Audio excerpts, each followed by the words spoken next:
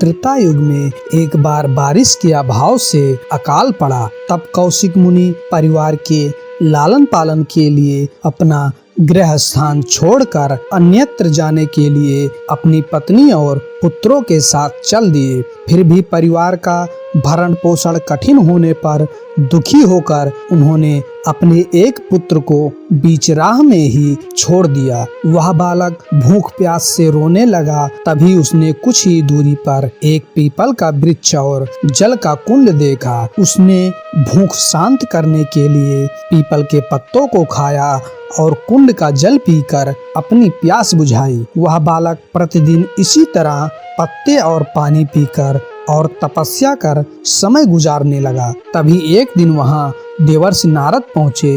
बालक ने उनको नमन किया।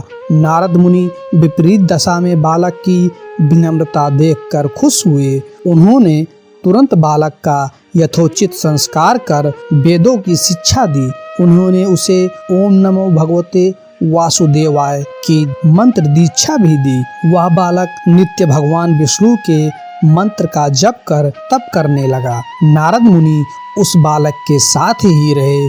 बालक की तपस्या से भगवान विष्णु प्रसन्न हुए। भगवान विष्णु ने प्रकट होकर बालक से वर मांगने को कहा।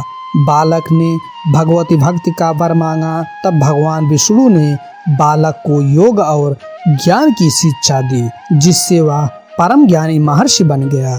एक दिन बालक के मन में जिज्ञासा पैदा हुई। उसने नारद मुनि से पूछा कि इतनी छोटी उम्र में ही क्यों मेरे माता पिता से अलगाव हो गया? क्यों मुझे इतनी पीड़ा भोगना पड़ रही है? आपने मुझे संस्कारित कर ब्राह्मण बनाया, अतः मेरी पीड़ा का कारण भी बताएं। नारद मुनि ने बालक से कहा, तुमने पीपल के पत्तों को खाकर घोप तप किया है, इसलिए आज से तुम्हारा नाम पिप्पलाद रखता हूँ। जहाँ तक तुम्हारे कष्टों की बात है तो उसका कारण शनि ग्रह है, जिसके अहंकार वश धीमी चाल के कारण तुम्हारे साथ ही पूरा जगत भी अकाल की पीड़ा भोग रहा है। यह सुनकर बालक बहुत क्रोधित हो गया।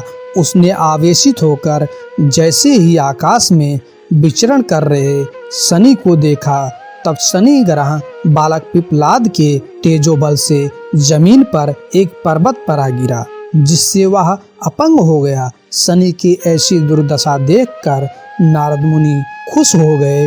उन्होंने सभी देवी देवताओं को यह दृश्य देखने के लिए बुलाया।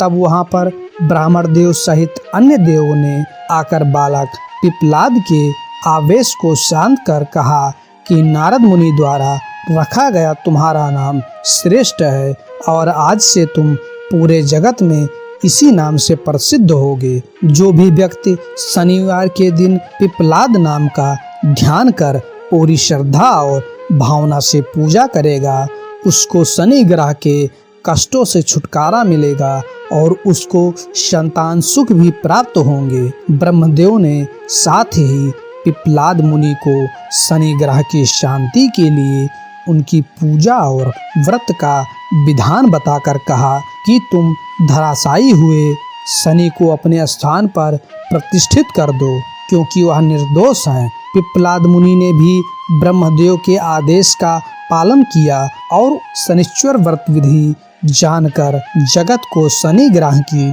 शांति का मार्ग बताया।